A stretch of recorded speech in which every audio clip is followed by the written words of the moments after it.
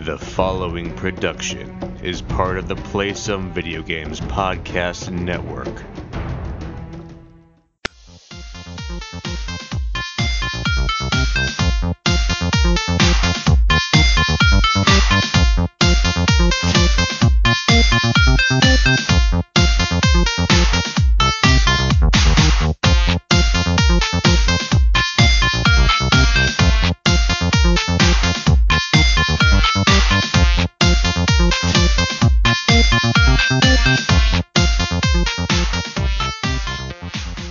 Greetings, Koopalings! Oh, no, that's not right. Hello, everyone, and welcome to this week's very special edition of PSVG Prime, the flagship show of the Play Some Video Games podcast network. It is I, your host, Kevin Austin, and with me, as always, is my co-host, and yours, Mr. Lucas Rose. Hey, how's it going? Hey, good, man. How are you?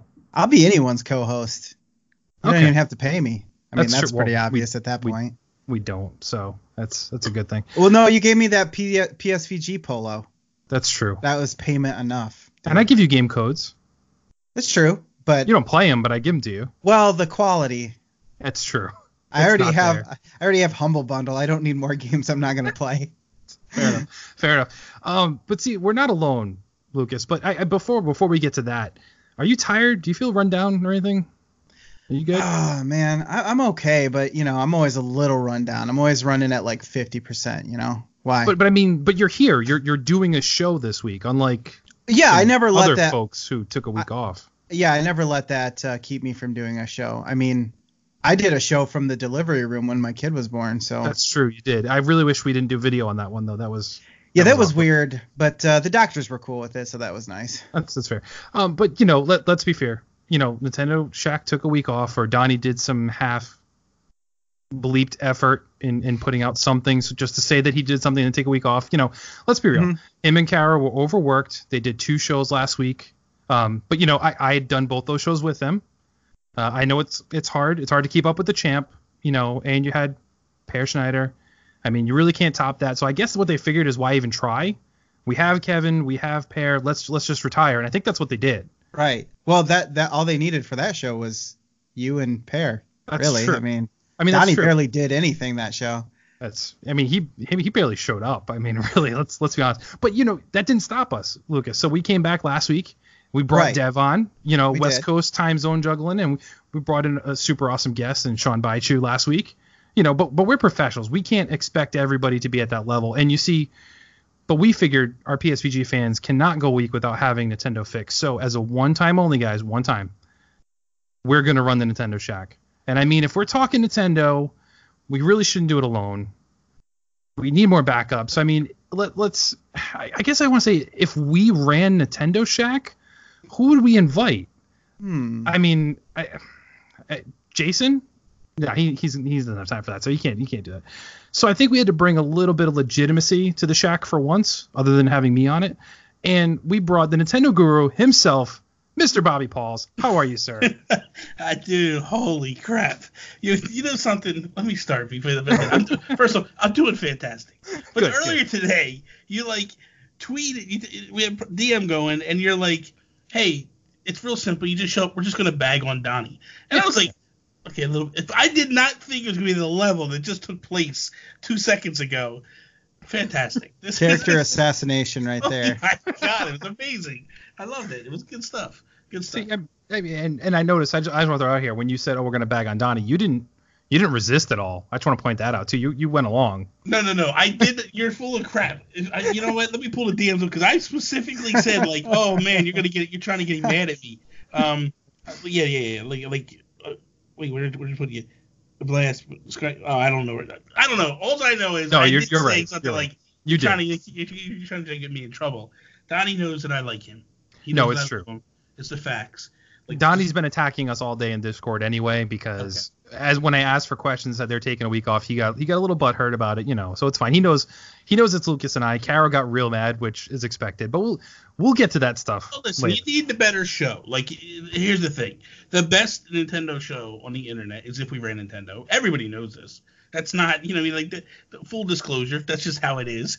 It was it was good when we had Jason Lacey, but he had some Shaq ties, so we had to get rid of him. That's Once true. he left, then it went up a level with Sean Capri and just I back in the helm and stuff. Like, yes, they got Per Schneider, but like, please, like, we know he's old news. Like, he's not the be all end all that he was 15 years ago, even 30 years ago, however many years ago it was. 30. The fact is, no, I love Per. I love the Shaq. I'm just teasing. Of course. No. We understand. Yeah. So, I mean, we already thanked our Patreon supporters, but Lucas, since we're taking over the Shaq, I just have to ask, did you prepare a haiku for tonight? I was going to, because I know we used to do that, but then my dog got sick and I was streaming earlier, so I couldn't be bothered. Got you. You were putting together some Shantae figurines, I think, too. I saw yeah. And they don't come painted, so I had to go out and figure out which paints I needed. And check out what was on Amazon Japan that I could import for ridiculous amounts of money. It's okay, because my significant other will pay for it. I'm gonna need you to stop you right there. Do you know how many laws you're breaking right now? Oh my God. But anyway, so moving on. Let's get there enough, because they're gonna be so mad at us. It's like I'm listening to Nintendo Shaq. Seriously. That's what we're trying to do. But let's rate it and let's talk about some games. So we'll talk about what we've been playing, Nintendo specific. Okay. So Lucas, why don't you go first? Sure. So Nintendo specific, the one thing I've really been kind of bolting down on and trying to actually get some time with is little game that people haven't really been talking too much about called Fire Emblem Three Houses. I'm sorry. And here's the thing, I hear all this hype from Nintendo Shaq. I'm not even being facetious now. Yeah. This is where the facetiousness ends. I hear all this hype. People are talking, I think you even said if you like strategy wargaming kind of, then you might like this game or other games in the series. The series as a whole basically is what you had said. So I'm checking it out. I get it from the library. I'm very lucky that our library stays pretty current with its Switch and other gaming console libraries. So so I pick it up. I put myself on the list. I pick it up at the library, and I come home and I boot it up, and I'm all ready to play. And I'm thinking to myself, I'm gonna play this for like 2 hours tonight, get a good chunk in to see what it's like. And it's a visual novel with a little bit of like simulation strategy gaming mixed in. And that's what I was afraid of. And honestly, that's why I didn't jump in on this one, especially like you had said, the hype in our Discord for this game was super high for 2-3 weeks straight. Nobody talked about anything in Nintendo Shack other than this game. And I was like, being a Fire Emblem fan myself, having played, I think, almost all of them in the series, I was like, this doesn't sound anything like Fire Emblem. I was like, why do I need to have tea with people 4 times a day and talk to them to get them to go to combat? Like, no, this is a war simulator. This is a turn-based strategy game. And it seems like nobody's talking about that aspect of the game at all. So I'm like, well, I can really just wait on this one. Yeah, well, it's not like previous versions at all. Like I bought the game because I love Fire Emblem, Fates and Awakening, and I was like, I'm so hyped to get more into this. And then I started playing, and I was like, dude, this is Persona. This feels like a Persona game. I am not feeling this at all. It was like almost like when Nintendo went off and did Shigenaga Tensei Sharp FE, whatever the game that's Tokyo coming Mirage out, Sessions. Tokyo Mirage Sessions. When they did that game, it was almost like the spirits of that game just followed along to this one. It's like so weird to me that it's not even. I backed out already. Like I'm done. I'm out. Like it looks fantastic. The voice acting is fantastic. All of the stuff is great.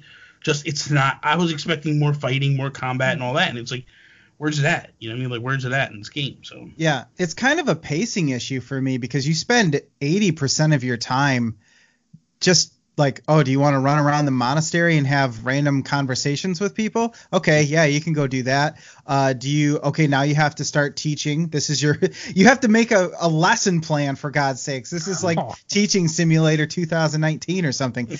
And I know that they knew it was going to be a problem because when you're running around the monastery between missions and basically running down the calendar until you get to do the main mission of that chapter, there's a bulletin board that gives you fetch quests. And there are some quests that you have to do, and those are on there too. But there's a list of different things that you can just basically go to a place, press A, then go back to the mission giver, press A again, and you got some experience and some rewards.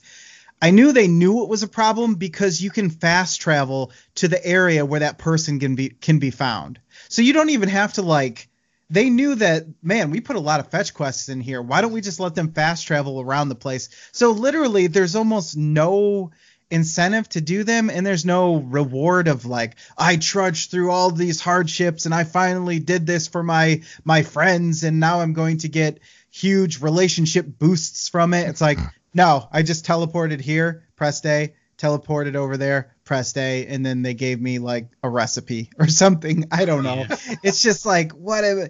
And it's unfortunate because I actually find the combat to be pretty good. There's some interesting things. Let me talk about the positives real quick. You mentioned, Bobby, the voice acting. I normally am very attuned to bad voice acting, especially in anime games. I actually had to turn it off in what's the old school one that came out just recently? Octopath Traveler. Yeah. Excuse me. I had to turn it off in that because it was just so kind of cheesy. But here it's completely fine. Again, the battles they introduced, or at least I don't know. This is my first Fire Emblem, so I don't know if this is in the other games. But you can have battalions, which give you extra options to do charge attacks and other interesting things like that. And then, you have all your different weapons, and it is a little bit interesting to be able to guide your characters and kind of mold them into the jobs, basically, that you want them to have, the classes. So those are all pretty cool. It's just the tacked on stuff that has become a problem. And again, it's 75-80% of the game right now. And I'm just I don't have the time to do this for 2 hours and then maybe battle for another hour. When you played Fire Emblem Fates, right, you had that, in theory, monastery type setup where you had your castle and you went and you built it up and you went and did other battles. You could kind of grind within the castle to do better and stuff So I liked the idea when I first got to it. I was okay, so this is the castle, but more in a 3D world. I like this. This is awesome. But then I started to realize, dude, I'm here all the time. When do I get to go out and fight the bad guys? And it was it lost me quick, man. It really did. It's sad because I was looking so forward to this game. I really was. I think it will hit for some people who are used to reading that much exposition and dialogue, but I'm more of a cinematic guy. I prefer to be shown and not told. So that is a lot of reading, and I don't mind reading, but yeah, it's too much. So I'm gonna try to give it a little bit more time before I send it back, but I would be highly surprised if I beat it before I have to send it back, and then I'll probably just let it rot on my Switch and never play it again, and it'll slowly shift to the right as more games are played. The icon will slide down. Yeah, and eventually it'll just be hidden for no one to ever see again. So there you go. That's the thing. Bobby, what are you playing over in Nintendo Land? Not that you're playing Nintendo Land, because let's be honest, who likes that game? That was a good game. Stop it. That was a good game. No, I just three games. I've been playing more of the Dragon Quest XI demo. Oh, okay. Yeah. Love that game. That game is it's hitting all the right paces for me, all the right chords. The main thing for me is it's a true JRPG. It's not this nonsense where you have these games like Fire Emblem, like Final Fantasy 15, where you're used to a certain style game, and then you go in, it's no, that's not the game you're going to play today. You're going to play something different, kids. This is Dragon Quest. It is so good, man. Again, voice acting is really good in it. Yeah. It's just a really good game. And what I love about this is, and I hope that all future RPG demos do, is they give you a 10-hour demo to just play the game. And then where you leave off picks up when you buy the game. So it's nice. This is amazing. So I get to spend time. Matt Knight, he actually told me this week that he beat the demo, and then it gives you the option to continue playing. And I'm that's perfect. Then you can just go grind and get your levels up before you get the game and then go. You know, so that's perfect. Cool. Yeah, that's pretty awesome. That I've been playing DC Universe Online, dude. I'm really enjoying the game. Myself and a friend of mine, Carrie, we've been playing all the time. Almost every night we jump on Discord, we start playing together. She's a big MMO person. I'm a big DC person, so I needed someone to kind of like trudge me through the wording and what things mean in terms of like an MMO. And I got to hit gist of it now, and I'm loving it because I played it when it was originally on the PS3, but then the attack happened where the network went down like a month after the game came out, and I couldn't get anybody to come back and play with me because it had been like 6 months before they finally got the network back up. And so I could never get back to go play the game. So this was an opportunity for me to jump in and play, and I'm enjoying it. It's fun. Final one, dude, and I didn't think that I would be ever saying this again, that I'd be playing it again, is Tetris 99. Oh. Dude, when they did, I'll tell you what, they pulled the Fortnite card. And basically they put achievements, daily achievements, that make you go back in to try to get them. And then you get to unlock these themed levels, per se. Which, like, I unlocked the original 8-bit Legend of Zelda, so it plays the Zelda music, and like the boxes or the blocks kind of have like Zelda like looking blocks that come down. Blocks, like it's so cool, man. Then they have Mario and they have Donkey Kong, but like it brings you back every single day to play a little. And now I'm actually getting good at the game because I've been playing so much. I'm like, this is a blast, man. Hard as hell though. It's a hard game. It's really hard, but I like it. I'm enjoying it. So that's cool. I've been dipping my toes in ever since it came out, the SNES Online stuff. Playing some of those classic games. I've actually done a good job of staying away from the core classics, like your Super Metroid, your Super Mario World, Link to the Past. I want to try and play some of these other ones that I didn't spend as much time with as a kid, like Super Ghouls and Ghosts, which is hard as balls. That game. But it's so much fun at the same time too. Like it's satisfying if you make it just a little bit farther. It's like the original like Celeste and stuff like that, where games like just are hard to be hard. That was like that back in the day. That's what it so I'm playing a little bit of that here and there, but the one that actually hooked me back in, and I don't know why. Maybe it's because I'm missing Animal Crossing or whatever the case is. Booted up Stardew Valley again, and I just started over. Like I deleted my file, which I played for like a ton of time. Let me start again. And I don't know what it is. I can jump in for a little bit each day. Don't need to play for like a long period of time. You can get some stuff done and kind of advance my town and everything like that. So I'm having a little bit of fun with that again while I'm waiting for some other games that we're actually going to talk about a little bit later. So I'm not going to get into that, but I'm waiting for some, and that's what I've been playing. Have you played Stardew multiplayer yet? Because everyone was talking about that, and then nobody played it. Yeah, exactly. I was gonna say you should open it up. I would totally join you because I don't feel like starting fresh, but I would hop in somebody else's game and I don't know, cut your trees for you or whatever. I don't know how it works, but all you have to do is build you can build a house for that person to stay in, and that unlocks the multiplayer in the game. And I have enough resources to build one. I just didn't build it yet. So I will do it. I'll let you know. Maybe we can talk about it in a future show about our experience, because you're right. Nobody has been talking about that. Everyone was like, when is it coming? When is it coming? It drops. Nobody cared. I feel like that was one of those games where you had to play one save file through to get like the gist of what you're doing. Absolutely. And then go back and start again because you're like, I wasted so much time trying to figure out how to do everything. Yeah. So I think what hurt that was the delay. Yeah. Like the multiplayer was supposed to be there really quick when it launched on Switch, and then it came 6 months, a year later or something. And I think people were just like, okay, I'm done with it. I'm not going back. Yeah, they moved on at that point. So it's fun to revisit while I'm waiting for Animal Crossing to drop. But that's enough of what we've been playing. So let's get to your listener questions, as Donnie would say, direct from you. First one, actually, I think all these came from Discord for the most part. Dev asks, what's the next game you are excited to see come to the SNES on Switch? And Kevin, why is it Earthbound? But Lucas, I'll let you go first. Now, they haven't released anything that says their plans, right? It's all up in the air. The only thing that they've said is they are not going to do monthly releases like they did on the NES. So that's the only plans, per se.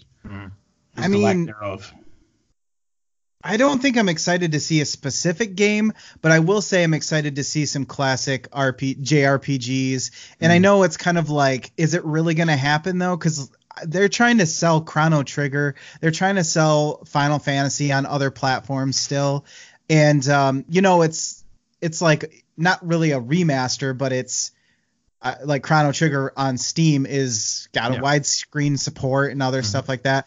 So you wonder, okay, how are they going to navigate the legality of basically selling that ROM or providing that ROM for us. But if we can get some of those classic RPGs, or like even what was the Mario RPG? Super Mario RPG. Yeah, that would be cool. I never played that one. So I kind of want those classic ones because I just feel like that stuff has a tendency to age pretty much the best besides maybe action platformers. You know, you go back and play an action platformer and it's hardly any different than booting up some of the newer sprite based like Shovel Knight or something like that. You know, there's not much of a difference. So yeah, that's pretty much what I'm excited for, is to see that RPG library kind of fill up and take up just so much of my time. Yeah, no, it's true. That'd be a great one, and I'm with you. I'd like to see Super Mario RPG on there, and I'm not sure. Maybe it comes, maybe it doesn't. It's a sticky situation there, being a Square game essentially, not really a Nintendo game. Just had some of their characters in it. Yeah. I don't know if it's going to show up. I will say I'm with you with the JRPGs. I'd love to see stuff like Secret of Mana, Chrono Trigger, stuff like that come back. But once again, I don't know. So I think the safe bets for me is I would be excited to go back and revisit the Donkey Kong Country games. 1, 2, and 3. Put those on there. That'd be a lot of fun. And yes, to Devin's question, Earthbound, yes, I would like it again. I've bought it and I've played it on every console. But you know what? My experience playing it on the new 3DS when they started releasing those in the eShop, I didn't enjoy it as much playing it on that smaller screen for whatever reason. Just didn't have the same charm for me. So I think the Switch will be much better suited to it. And when I eventually bite on a Switch Lite, I think that's going to be a perfect fit for it then, where it's a little bit bigger screen, great portability, is going to look good, and I'd be excited to play it again. So while it's not the top pick for me, Dev, it is something I would like to see make its way over. Bobby, your thoughts? I agree with the JRPGs. I want Final Fantasy 2 and 3. Mm-hmm. I don't care about this 4 and 6 nonsense that people are going to yell at me. It's 2 and 3. Just stop. Yeah. Chrono Trigger would be amazing. The game that I want, and it's crazy as it's going to sound, is I want Mario Paint. Dude, that'd be great. The fact that you could stream it, the fact that you could do like animations and music, the stuff that people would be posting on the internet would be insane. So I would be all about that. That would be awesome if they could do that. That's a great pick. And with the touch screen, you think that'd totally be doable? That'd be play the Fly Swatter game. Hell yeah, man. That'd be amazing. That'd be great. For it. Nintendo's going to release that as a mobile game as the Fly Swatter. I'm surprised they haven't already, actually. I'm surprised they haven't already. I know. So next question comes from Kabowski. What's your favorite Joy-Con color? This is an easy one. For me, now mind you, I haven't bought any Joy-Cons. I have the original neon and I have the original gray, and that's it. But if I were to pick my favorite color so far, I do like those purple ones. The purple and orange set that they did. I like Atomic purple, is that what it is? Well, I don't think they call it atomic purple, but I think is it neon purple? Not sure. Maybe it's purple nurple. Yes, the best kind. Best kind.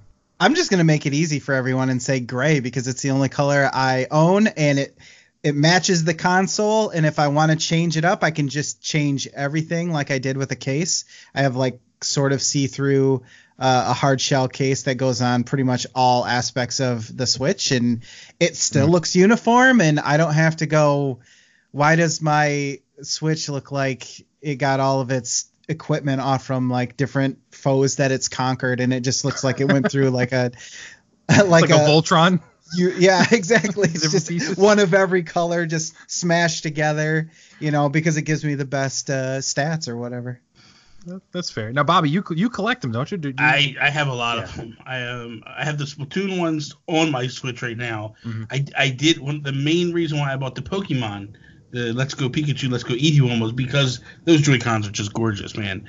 But I would probably say the Splatoon ones are my favorite, just because they're the ones I have on. They're the ones I use all the time, But there was a time where I was getting them all, and then I just realized this is stupid. Like, stop. Like, what are you doing? I don't even like the Joy-Cons. Yeah. I don't even like them. I think they're some of the worst controllers in the world, and I'm like, why am I condoning this? Why am I pushing this? It's so weird to think of like an or like a controller or a peripheral like that. You wouldn't do that with anything else. Like, I'm thinking, I'm mostly a PC guy. I wouldn't like go out and just buy different mice because they came in different colors. You know what I mean? Dude, like, so weird. I buy different Pro controllers. Like, I had this one custom made from Colorware, and then I had the Smash one, and then the Power A ones. I have those are pretty cool. I have every one of these corded ones. Yeah. I have them down on my shelf back down there. It's like I love the Power A ones. Like they're gorgeous. But yeah, with the Joy-Cons, I one day it just hit me like, why am I spending $80 on these things? Like there's a lot better stuff I could buy with this. So exactly. And let's be honest, regardless of the color, it's still going to start drifting anyway, so it doesn't really matter. That's why you got to buy multiples so that you switch them out when they're broken or whatever. It's true. It's true. So next question from Joel Professor Switch. This one he asked because Shaq never answers it, and he asks every week, and I witness him ask every single week. What's up with Caro? Anybody want to touch on with the 10-foot pole? Like in general, or just like what's up with her? Why is she the way she is? I think is what he's saying. She's a super passionate woman. She loves what she loves, and when you love something so much, so dearly, it's very easy to get passionate about it. I picking my words carefully. No, you know what? Your words carefully. I will say this. I do wish that I could be that fired up about certain things, because it does show that she has a lot of fandom, and I say that in a good way.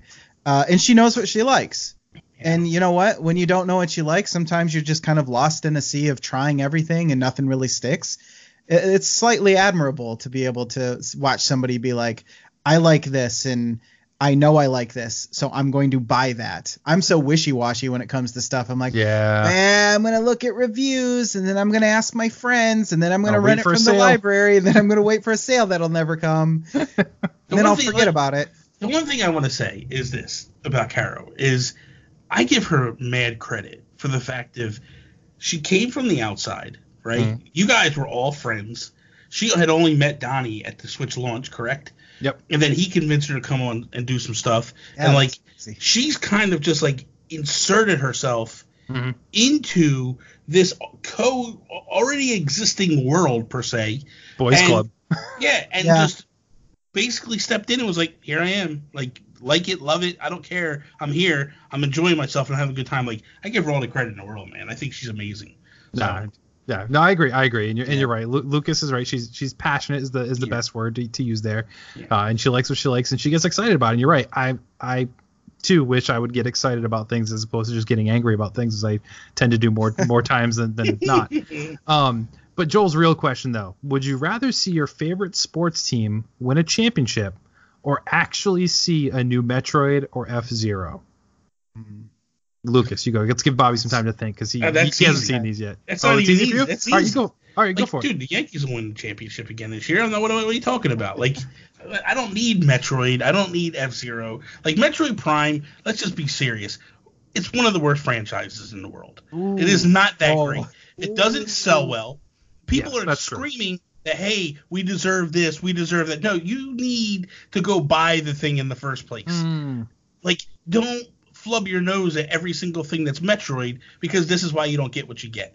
Like, and this is why you do get what you get. Like, you don't have this problem with Animal Crossing. I want a new Animal Crossing. Guess what's coming out? A new Animal Crossing. Sure. That's just what happens. They don't hold back on these because they know that people spend money on it. They're not going to. I've always said this, that if a Nintendo console does well, you will get your Metroid game. You will get all the other stuff, because when the top tier games sell, they have to create something else to fill the gap until that top tier game comes back around again. Yeah. So Wii U didn't sell, you're not going to get a Metroid. Like the Nintendo 64 didn't sell well, you're not going to get a Metroid. The Switch is selling, you'll get it eventually, but it's like, I'm not really concerned whether we get one again or not. Like, I prefer the 2D side-scrolling ones. Me too. But by the way, they did put out that Metroid game, and everybody made all these hardcore Metroid fans made a million excuses why they can't go back to the 3DS to play it instead of buying it, and the thing didn't sell well.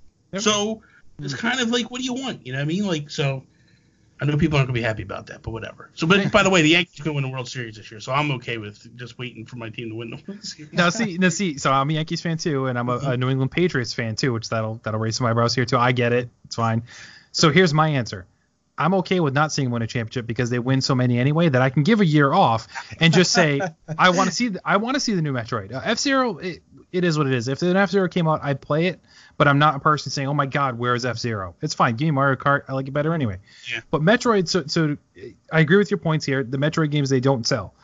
I have played every single Metroid game ever, and I think the only one that I was really honestly completely disappointed with was Other M back on the Wii. I didn't like that what they were trying to do there at all. But you're right, people don't buy it. But I would rather see Metroid come out sooner. I know we're getting it, but I'd rather see it come out sooner than wait longer in my mind there. But Lucas. You know, most kids are going to know Samus as a fighter in Smash Brothers. Yeah. Rather than the actual it's game true. she comes from. True. Yeah. Dark Samus, they have no idea what that's from. So yeah. I actually don't have much besides the original Metroid. I don't have much history there other than Metroidvania. You know, that's a term that gets thrown around. Like, it wasn't good enough. It wasn't good enough to spawn its own subgenre. It had to like team up with another game to have its own subgenre. But F-Zero. Now, here's the thing.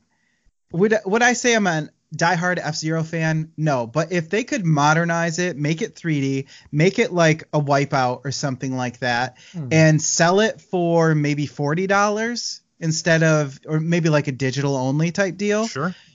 I don't have to worry about the Red Wings winning a Stanley Cup anytime soon. They've been in a rebuilding period almost as long as the Lions have, it feels like. So, oh my God. Like, everyone moved away and retired, and now they're not going to win. So, like, it's kind of like the opposite problem. I know they're not going to win, so I'll just have another year of not winning if they can find a way to modernize and make cool F-Zero.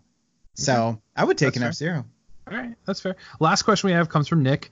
Will Nintendo ever follow in the footsteps of the music and movie industry and give people access to their libraries in a meaningful way, or would they continue to take every opportunity to burn their history to the ground? And I think that's a jab at Nintendo going after another emulation site and swing the pants off of them. Mm-hmm. I'll jump first on this one. I don't want to say Nintendo's burning their history, because the Nintendo games, for the most part, have been repeatedly accessible. Your Mario World, your Link to the Past, like, you can get those. Certain games, yes, they're kind of gone. Like Earthbound is hard to get in a physical cartridge now. Earthbound Beginnings, or the first Mother game, is like near impossible to get on cartridge, or even just it came to the Wii U and that's it digitally. So there's certain ones that will, I think, fade away. But I think Nintendo, I don't know if they're ever going to get to that point where they're going to start doing digital games on the regular. We get the whole library of anything and purchase it, like an Amazon Prime Video. The NES and SNES Online that they're doing with the Switch is a start, but it'll never hit that nerve that every gamer wants. Like, I want access to everything I could on the NES, including, I want to play Friday the 13th from NES on my thing. No, you don't. The game was terrible. You just think it was good because you're remembering back to when you were a kid. Yeah. But certain games can just go, just like certain movies, as much as we don't think about it, they are going. You look at things like Dogma, which is one of my favorite Kevin Smith movies. You can't get it because the Weinsteins own it. Kevin Smith doesn't own the rights to it, so you can't get a copy of that movie anymore. It's gone. So, like, I was sitting there thinking, like, my older girls, I want to start showing them some Kevin Smith stuff, the Tamer stuff. And I was like, Dogma would be a good one because it's kind of funny, has some action elements. This would be a great one. And then I was like, I can't find it. Why? And I looked up and found out why. So I think certain things are going to happen with games too. We want to revisit and get those games again, but the bottom line is the developers or the publishers either A, aren't around anymore, or B, don't want to re-release it because they're busy doing like mobile ports or things of that nature. But the Nintendo core games, they seem to make their way digitally again and again and again. Will they do it to the point that they're on like Steam where you can get it and it's kind of saved forever almost at that point? No, but I think they do an okay enough job to bring the big ones to the masses, if you will. I feel like the problem with the Virtual Console as we remember it is the Nintendo fans. And if you remember before the Switch launched, a lot of people were just like, I don't want to buy Super Mario again. Yep. I mean, like, but now that we don't get it, everybody's like, why don't I have a Virtual Console? Why don't I have a Virtual Console? It's like, you created this monster, essentially. Mm-hmm. I would buy all those games all over again because I would be, in my mind, I look at it as it's a convenience for me not to go have to hook up my NES and go try to get a CRT TV and play these things ancient wise again. I don't mind paying $4 or $5 for a game that I really truly love to have the convenience to play it, especially with the Switch, to be able to play that on the TV, be able to play it on the go at any time I want. It's one of the things I love about Switch or Nintendo Online is this fact that we have this stuff. And I like the twist that they're doing where you make it online multiplayer and all that stuff. I don't have a problem with Nintendo going after emulation sites, because I feel like if you're a true Nintendo fan, you should already have these games as it is. If you're a collector, the fact that Nintendo doesn't put everything out there, you can go get everything. Like this isn't like a digital only console that died and broke. You can go back and play Mario. I said, you go buy an NES, and if you don't want to buy like the old school ones, you can buy a Retron, whatever, and plug it in and play and all that stuff. So the ability for us to go do it. The problem is people don't want to pay for games. Yeah. They view it as, well, I bought the NES game back in 1985, so I should be able to play it for the rest of my life for free. And sorry, that's not the way the world works. You know what I mean? Like, there's, I don't want to say that because it's spoilers. If you have some young audience listeners, we could get in trouble. Something about Christmas and Santa and all that stuff. But anyway, the thing is, like, just go support Nintendo where they can. You know what I mean? Like, and yes, it sucks that I can't play Mother 3 yet. It really kills me. And I'm sorry, I don't want to play on a stupid little postage stamp screen in order to play it, a translated version of it. I do want, and I'm holding out hope that'll eventually happen. And you know what? Me too. When it happens, I'll erupt and I'll buy it day one and I'll go enjoy it and I'll love it. It's just emulations to me, no way to cut it. I don't care what people think. It's stealing. At the end of the day, it's stealing.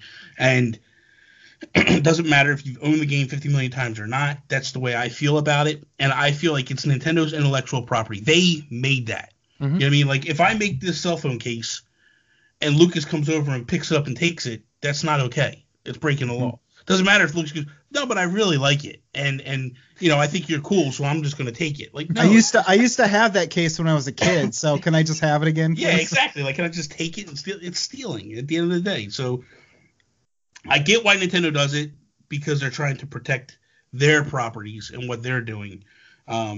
So I don't have a problem with them protecting and doing what they do. But as far as like a virtual console type thing, I would love for them to go like, hey, remember what we did with the Wii? Because that was the best virtual console we ever had. Like, it had everything. I would love for them to just be like, here you go, boom, here's the Wii back again. Like, I would love for them to go like maybe year 3 or 4. Yeah. Just be like, guys, we finally figured it out. Here it is. You can either buy them by piecemeal and have them to own, or you can buy Nintendo Online Plus. That's like $40 a year, and you get them all for free and get to play it. That would be amazing. So I just got an update too before Lucas jumps in about ROM Universe, the lawsuit. So apparently, it also turns out that these guys charge $30 a year for a membership to the ROM website. So they're actually profiting. So it's not even, you can't even make the claim that it's preservation, which some of these sites try and say. Like, no, we're making a profit off it. And they currently also host available console games right now. So like modern games, like, Super Mario, whatever, like they'll have it all. And so, so I'm okay with Nintendo fighting this one even more so now, because they're straight up profiting off their work for sure. Yeah. Anyway, go ahead, Lucas. Sorry. I think the only thing I can really add is I don't know if it's really fair to compare it to the music and movie industry, because there's a lot of middlemen involved with like, all my favorite movies are on Netflix or whatever. Kind of Disney sort of taking the Nintendo route now. But see, I feel like Nintendo has always been close to the vest with especially their specific first-party properties. And so to say like, why is it that I can get all my music and movies on all these different platforms really easily? Well, that's because they have all these middlemen. The business is built around that, and they already know how to monetize that. And I think it's with Nintendo, they're trying to figure out, we have 800 Nintendo games, right? Or about. How do we make it so it's profitable for us as a sustainable as a business without just being like, here they all are all at once for free, So I don't blame them for trying to figure that out. And it's not apples to apples. Let's be fair. Let's break it down. So the movie industry, right? You used to go to the theater, go watch a movie, right? The movie would stay in the theater for the whole summer. right? Yeah. Or the whole winter. You would go, you could literally, I remember Batman 89, I went 15 times that summer to go watch it. Like every other weekend I was going to go watch it because it stayed in all the time. Yep. Now that you get maybe 2-3 weeks, then it hits DVD and digital and goes. Why is that? Because those markets are done. The black market destroyed that, where they have to get them out quicker because essentially you could go bootleg these movies immediately, and the quality is so high up now of the bootlegs and stolen copies that they have to figure out how to get them out digitally and do all that stuff. They had to evolve. Brick and mortar stores went away. Right now, brick and mortar stores are still in existence for video games. Now, as we move closer to the digital realm, I think you get to that point where it all disappears, and then you have it where Nintendo and all these guys go, okay, we need to do something.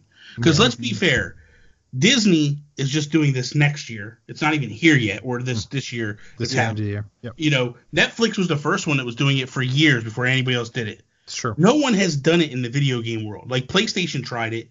It really wasn't that great. But it looks like we're starting to move that way now. Nintendo is the type of company that does not lead in that terms. Like, they are not a tech company.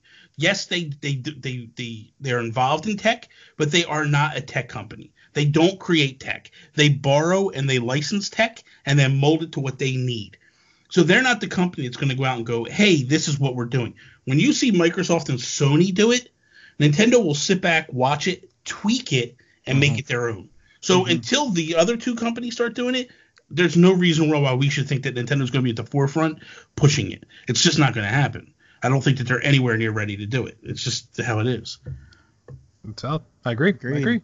So that wraps up the questions. So thank you everybody for sending those in. We do appreciate them. And now we're going to move on to, so all joking aside now, we've picked our fun a little bit. We're going to get into, instead of doing news, but some of it may tie into recent news, we want to take advantage of having the guru here and discuss some Nintendo-related topics and chit-chat a little bit about them, get his point of view. We'll do some anticipations. We'll do some guesses what's going to come down the pipeline and kind of comment on today's stuff. So, number one, Ring Fit Adventure. Have to talk about this, right? So, the trailer came out, the 10-minute trailer for it, that I will say, if you've watched it, this might be the worst promotional video Nintendo has ever put out. Between the two people they had that are quite frankly scary. I may have nightmares about the two of them tonight when I go to sleep. But this is a very Nintendo thing to do. Yeah. So for those of you who haven't seen it, look it up online. It's basically a ring, but you're playing a JRPG and doing exercise motions as your plan of turn-based attack, essentially. So, okay, do these 5 crunches to take out these guys, or do some yoga stretches. Very Nintendo. So I have two questions I kind of want to talk about this. So the first one is, do we think this could reach the same levels of commercial success as Wii Fit did, or is this going to be something more on par with Labo in the Switch generation type of deal? Lucas. See, here was my first thought when I was looking at this. When it comes to something like Wii Fit, and I had the Wii Fit, that thing was very accessible. I mean, it's going to work you out, but if you're looking for like a P90X workout, you're not going to get it on that thing. Sure. But it is going to get you up and moving, and you can get your heart rate going. And I think the biggest thing was that it was very easily accessible to the older generation, the people who kind of needed to use it, that needed that accessibility because they might not know what video games is. Just like Wii Sports was kind of like really big in all the retirement homes and stuff because they could finally get out and go bowling. This, I look at it and I'm like, I don't know what the age cutoff point for this. Like, is grandma really going to want to play a JRPG that requires, flexing to be able to, kill the boss or whatever? I think it's a cool idea, but I really think that it kind of shrank the amount of the audience basically for this product. So I think just on that, I don't think it can be as big. I think it is kind of like a Labo, maybe more successful than Labo, because fitness stuff I think already has a built-in like, I'm going to check that out because I'm into fitness and video games. But, I think that cutoff kind of, hamstrings it a little bit. So you want to fight that bodybuilding dragon? Yeah, dude, I'm gonna flex on that guy. And I mean, like they said, it's every gym rat's. It is every gym rat. It's your worst nightmare. It's the guys who scream and then throw the weights on the ground, and you're like over there doing like curls or whatever with just the bar, and you're like, I'll get there one day. You're in the judgment-free zone of the gym there, like where they serve pizza on Tuesdays or whatever. I'm into fitness pizza in my mouth. That's right. So yeah, I agree with you. I think this is going to be more along the lines of Labo, probably a little bit more successful. And you're 100% right. Wii Fit, like that thing was everywhere. But the one caveat I want to say that may help it a little bit, like you said, it has a built-in fitness guys or fitness girls. They'll buy anything fitness related. There's always these fads, and they'll go out and they'll do it just to try it. You know, they might be off of it in 4 months. That's fine, whatever. But here's where I think it might do a little bit better than Labo is the price point. So a lot of people rolling their eyes saying $80. It's like, oh, geez, that's a lot for this thing. The Wii Fit balance board came out at $130, and eventually, like you can get it on sale for like $100. But this is already cheaper than both of those at point of entry. And then you get sales, Gamers Club Unlocked if you pre-order, things like that. You'll get it down a little bit. I'm sure Amazon will do like a launch thing where it's $10 less. I think it might be a little bit more accessible. It is weird. For sure. Like it's an odd choice of style of game, but I think you're right where it won't be Wii Fit, but I don't think it's going to do as, I don't want to say poorly as Labo, because I really enjoy Labo, but it didn't sell commercially that well. I think it'll outsell Labo, personally. Yeah, I'm with you guys. I think that I think ultimately it's probably on par with Labo. I think though, but the idea, I like what Nintendo's trying to do, is they're going like, hey man, there's a lot of kids out there that are a little chubby, little probably heading to the obese range, you know what I mean? And I think that I'm there. And I think they look at it and go like, there's a lot of kids that love games, and JRPGs are huge in the Nintendo world right now. Yeah. And maybe we get some kids to just try our game, and next thing you know, they really like this game, and by the way, they're losing some weight in the process. So I don't think it's a bad idea. I applaud them for giving this a shot. But I just don't think it's going to be a huge seller. I don't think it's going to do what they wanted to do. I think it'll probably do the same, if not a little better than Labo, because it's a peripheral. It's a peripheral with a game, and those things don't necessarily sell that well on any game. You know what I mean? Like it's rare that a peripheral with a game sells millions of units.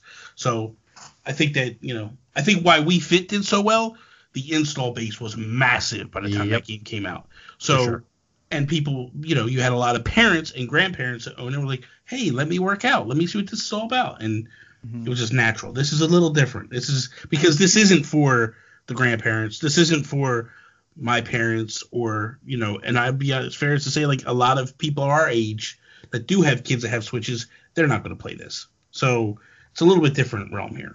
That's fair. So the follow-up point, staying on the same topic, though, this is what I said the second they first unveiled the teaser for, hey, what this thing is. You saw people doing all the weird movements. This is where, if I ran Nintendo Shack, I would go with it.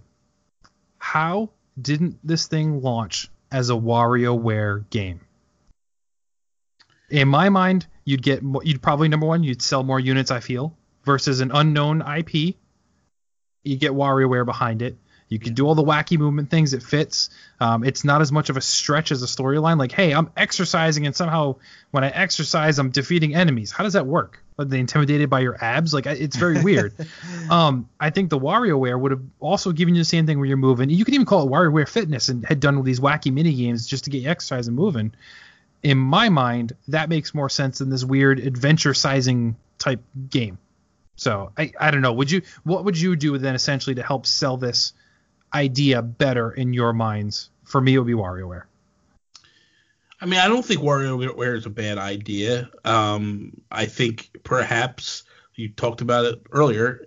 A bad game you said was Nintendo Land. Like you do something similar to that, where you have multi-themed places to go with this ring and do different things with it.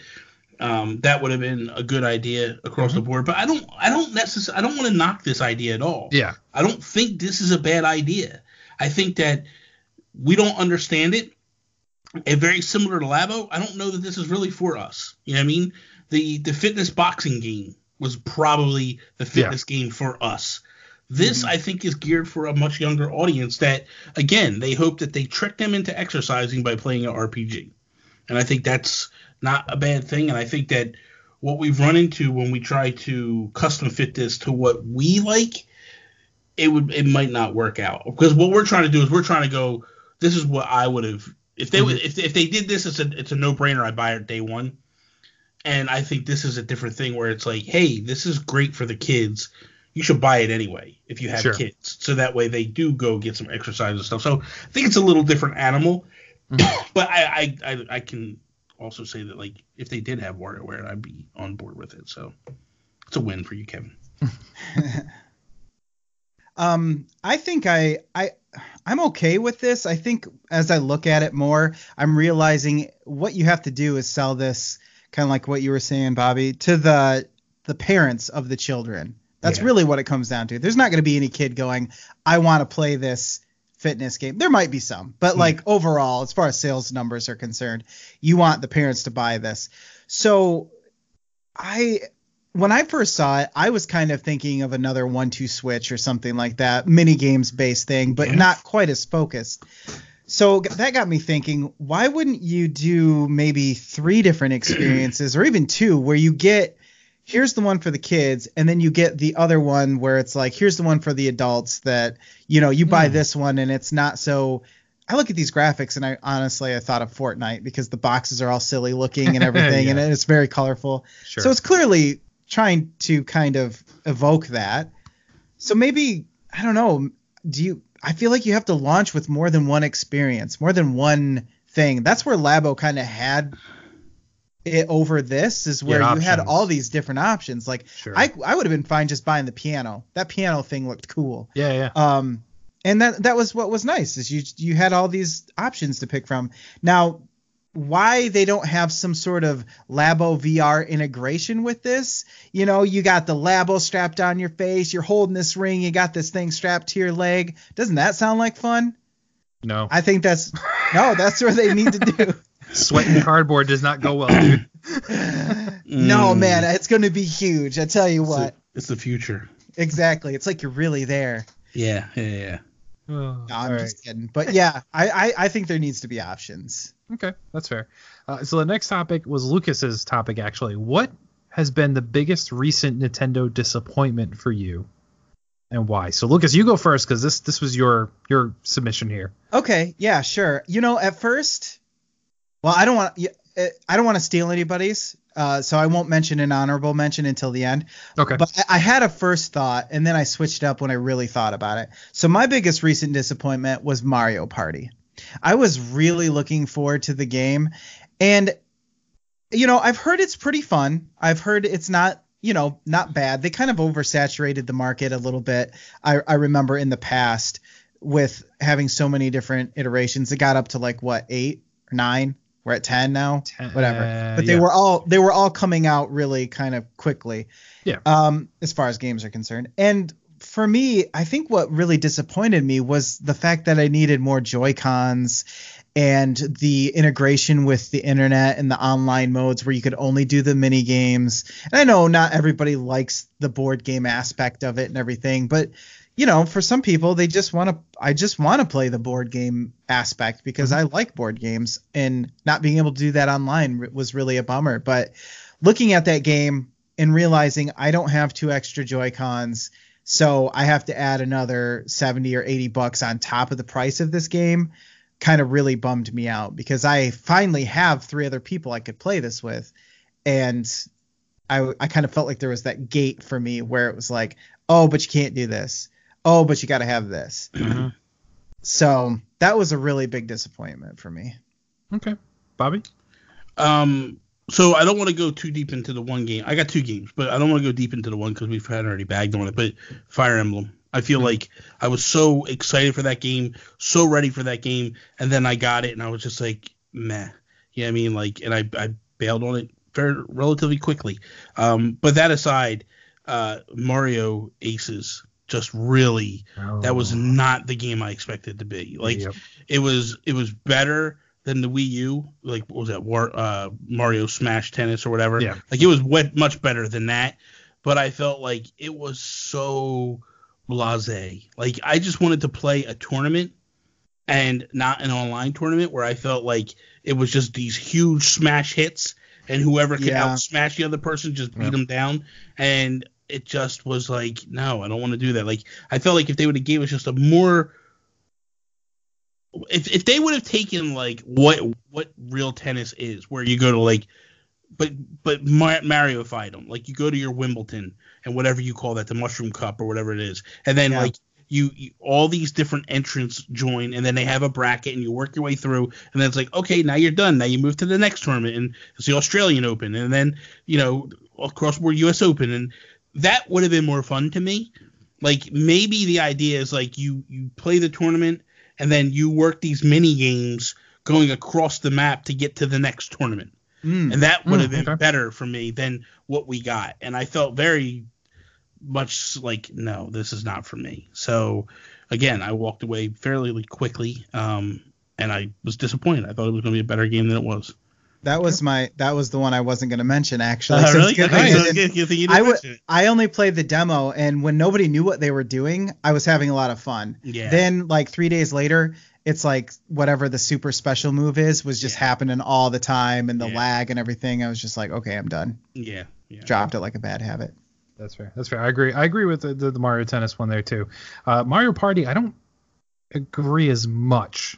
I was disappointed with the online, but everything else I liked. It was a solid, but I have 4 people at home that can play. I was going to say, I will say that I don't think it's a bad game. I just think that the things surrounding it were my specific problem. So I was disappointed. Sure, that makes sense. So for mine, Breath of the Wild. I'm just kidding. I just want Donnie to answer it. No. So my real answer actually is, and I'm not going to bag on it. We're not going to talk too much about it because is the Fire Emblem Three Houses. It was to the point that just seeing everything. So the initial announcement of the game, I was like, wow, this looks really cool. This is what, 3D, great. This is going to be so much fun. But the second it came out and watching everybody talk about everything that was in that game versus what wasn't in that game, aka the actual combat, it turned me off to the point that I still haven't played it. I'm just like, I don't need to. If and when I get to it, I get to it. Like, I have zero desire to go play that game. And being a Nintendo first party game as a Nintendo fan for my entire freaking life, that makes me a little sad that I legit just do not care about this game at all because of how much it changed. And games should change. We shouldn't have the same experience. I think that's why a lot of people were down on Mario, this last one, because they're like, well, it's Sunshine, it's Galaxy, it's Mario 64. They're not doing anything different. Well, you can't beat them up for not changing, but then also when they change, you get so upset when it changes too much. So just for me, I just want more combat out of my Fire Emblem. That's all it is. So it is what it is, but that's been my biggest disappointment most recently from them. We have a couple more questions. We're going to quick hits because we're running a little bit long here. So just real quick, I'm going to name a couple titles that are coming out this year. I just want to know if you're in or you're out and why. So first one, Luigi's Mansion. Lucas. In. I only recently, when I saw this at first, I was like, that looks pretty cool. But I never was into it before, so I didn't have any experience with it. So I went back and checked out the other ones, and I'm like, this is cool.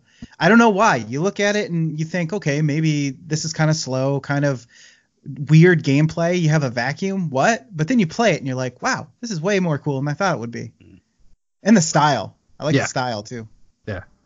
I'm in, and I didn't really like the original Luigi's Mansion that much on the GameCube. I did like the 3DS version. I know a lot of people bagged on it, but then what they showed the last direct, that gigantic mansion with all these different floors, I was like, I'm in. So it gives me, I feel like it gives the best of both worlds.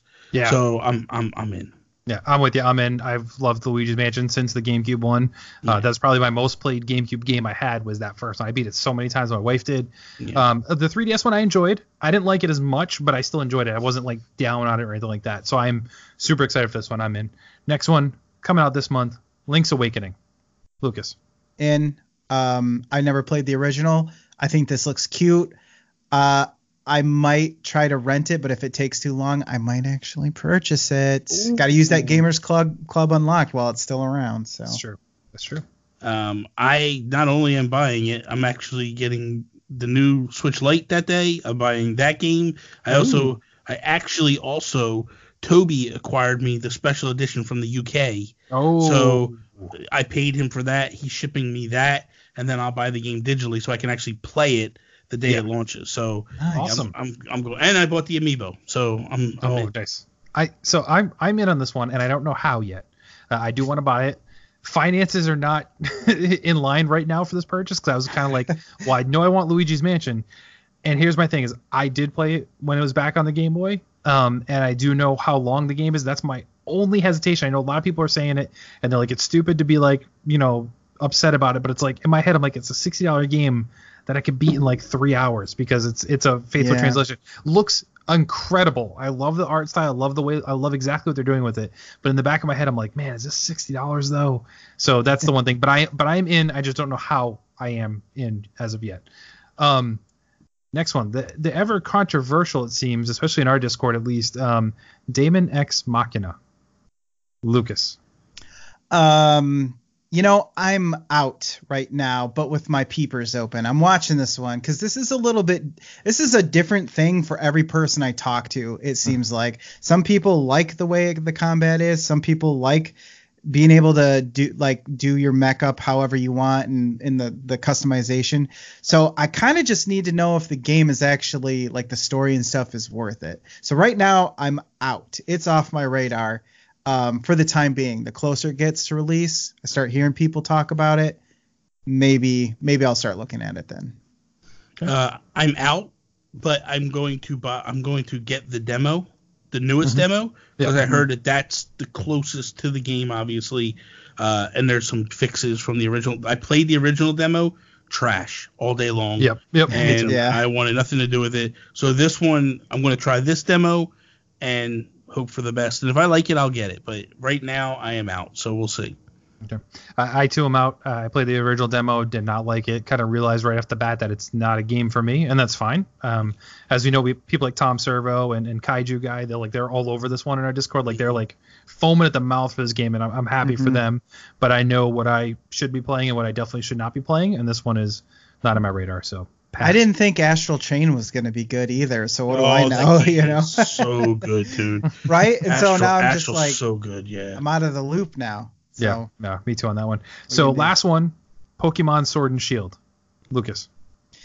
Boy, is it possible to have one foot in both camps? Because I played Let's Go. And I really did not expect to like it, and it charmed me. The problem was it wasn't quite deep enough for me, and so I remember Donnie was like, "Well, these new ones are coming out. Maybe that'll be more your thing." Deeper. Yeah, he was like, this was made to be kind of more easily to be accessible and everything. And so, yeah, now I'm kind of like looking at it like, ooh, maybe I'm there. So I don't know. I honestly don't know. I'm kind of ask me on another day and the answer might be different, so. I know Bobby's answer, but we're still going to let him talk anyway. So. Well, I bought the special edition Switch Lite, so I have that one coming as well. So, yeah, I'm not an old school Pokemon player, so it wasn't until Pokemon Go that I actually started looking at these games and giving it a shot. Because I was playing Pokemon Go, and I was like, I want deeper story. There's no story with this Pokemon Go thing. I like it. Yeah. I have fun with my friends, but this just isn't. I want the story. And I always get in and I start playing, and I wind up leaving like midway through the games. But each time I play, I get further and further and further to the depth of the game. So I'm going to get this one probably. I'm going to play it. I'll probably play more of this one than I had of Sun and Moon, and hopefully I'll beat it. Or actually, Let's Go Pikachu and Let's Go Eevee, because I actually got a good, decent, I think 4 gyms in on that one, and then I stopped. So maybe this one I'll actually go all the way with it, but we'll see. But I'm definitely going to buy it day one, and then we'll see from there. Sure. Now, I'm kind of like Lucas. I'm one foot in both camps on this one. So I did grow up playing the original Pokemon. So I had Red. My wife had Blue. We started when we were dating playing Pokemon. I did Ruby and Sapphire, and then I took some time off, and I'd always kind of jump back in every couple iterations. And then I did X and Y, and I played both of those, and I liked it again. But then I've skipped over the last couple. I did get Pokemon Let's Go for my wife. I played it very, very little bit because I'm I remember this game way too much because it's just the original one. So I put that down pretty quick. And I'm looking at this one saying, well, maybe it's time to go back for a little bit. But I'm not completely sold on it at all. And I think Caro and Donnie be surprised to even hear me say I'm thinking about Pokemon because they immediately assume that there's no chance in hell I'm playing it. But it is what it is. All right, so last question we have here, and I'm going to hybrid the last two into one question.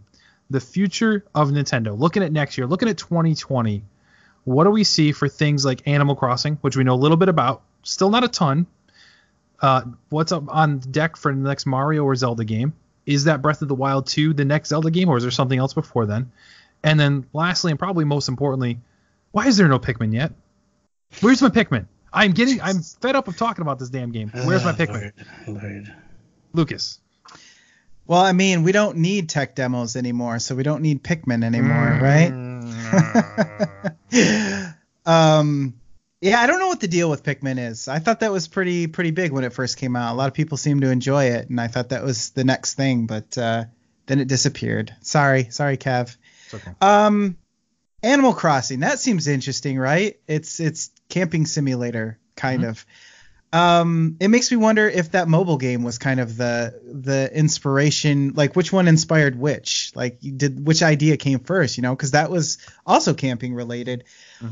I think that's enough for me to get interested in, because you're not going back to the house thing, but it's kind of familiar, still. And I've never been big into Animal Crossing, so maybe it is time to check it out.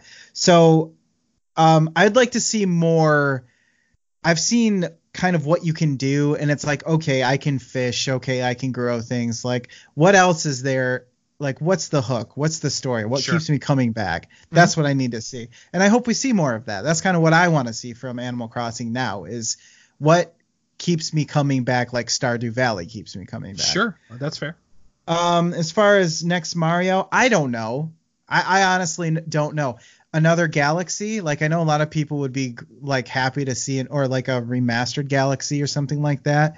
I don't know. All I know is that I'm looking forward to it because my son it was a big surprise when he really liked Super Mario Odyssey, and he's probably the only reason why I beat the game. So whatever it is, I'm anxiously awaiting that, so that him and I can both kind of like have that day one purchase experience that I don't normally do for myself anymore, because I will do it for him. I have no problem like pre-ordering this game and going and picking it up or whatever he wants to do. And then as far as Zelda goes, Link to the Past remake. Okay. How do you not like? Okay. Like, question: do you want to print your own money? Yes or no? If it's yes, then you make Link to the Past, right? Now, would you do the same art style as Link Awakening is doing to make it easier that the engine's already there, or do you want to see something different? I don't think anybody would complain if that was the case, if they remade it. It's kind of the cheap, smart thing to do, but Nintendo doesn't necessarily do the cheap, smart thing. They typically do what's best for the property. Okay. So in that case, I think Link to the Past with its slightly darker theme, maybe less like toyish tilt shift look to it, maybe a little bit more, I don't want to say realistic, but maybe more like Wind Waker or something like that, more colorful, but more striking, I guess. Sure. Okay, so if you would have told me at the beginning of this year that I would have said that 2019 was probably one of Nintendo's best years games-wise for the Switch, I would have said you're absolutely crazy. I didn't think there was any way to beat year one. Yeah. And I feel like year 3 definitely beats year 2 and comes pretty damn close to beating year 1 in terms of what games have hit. So I can't say that they can't. So me saying that, and the reason why I say that is the first half of 2019 was trash. There really was nothing there. Yep. But holy crap, dude, I have no time to play anything the second tier of the second part of the year. So I look at 2020 and go, man, the gloves are off. Anything crazy can happen with this year. We know Animal Crossing is coming, like you said. There's not a whole lot that we know about it. We get the gist of it. We get the feel of it. It's more of New Leaf, but just taking the gloves off of everything. This is they've Breath of the Wilded this game. Yeah. Where it's just like with New Leaf, the gloves were on after all these years. They just basically were like, we're going to do enough to change it and make people confused and not know exactly what they're doing to just set the world on fire. And that's what they're doing, and I'm all for that. But what else comes? I think we could possibly see Pikmin 4 at that point. We do know that Pikmin 4 is done. We also know that Hey Pikmin was not Pikmin 4. No. That was said by Miyamoto. Yeah. So when we get it, I think that looking at the next year, there's not a lot slated. I don't know if we get Breath of the Wild 2 in 2020. There's a good chance. There's people that believe that there's a chance we could do it. I'm just not ready to bet everything on that. I don't think we get Metroid Prime at all. I don't think that game's even close to being done. Bayonetta 3 is probably the wild card that could potentially pop up. But Platinum, if we've seen anything with Astral Chain, just let them work. When you give them the freedom to take their time and bake a game completely, you get Astral Chain. When you let them half-ass it, you get Star Fox Zero. So it's totally up to you what Platinum you want to come out the gates here. But I'm very optimistic to go that 2020 will be a solid year. I feel like Nintendo has earned so much respect from me and commands a respect to go 2020 will be fantastic. I don't know the answers. I don't know what we're going to get, but I think I'm very optimistic with 2020. I mean, who could have predicted Jedi Outcast 2 or whatever? Like, oh God! I mean, come on. Yeah. Anything's possible. Yeah. Nothing is restricted. Yeah. It's true. So I think, and I mean, I've said this the last, 5-6 years at this point, that Pikmin 4 will be next year, but I think it makes sense. So as Bobby said earlier, you don't get a Metroid game unless the console sells. Now, Pikmin isn't that exact same thing, but it's the same thing. Like, if there's still gas in the tank for the Switch, which clearly there is, then they're going to need more titles to throw in there. This could fill in like a Yoshi slot where like you get those Kirby Yoshi game. Like, this is not, I'm not going to sit there and say Pikmin's a top tier game. It's not for Nintendo. It's not a high priority, but it's certainly a good mid tier card for them to put in there. So we may see that. Animal Crossing, I'm with Bobby. I'm all in on Animal Crossing. I mean, they could do whatever they want. I was going to be all in. So I'm excited to see more of this.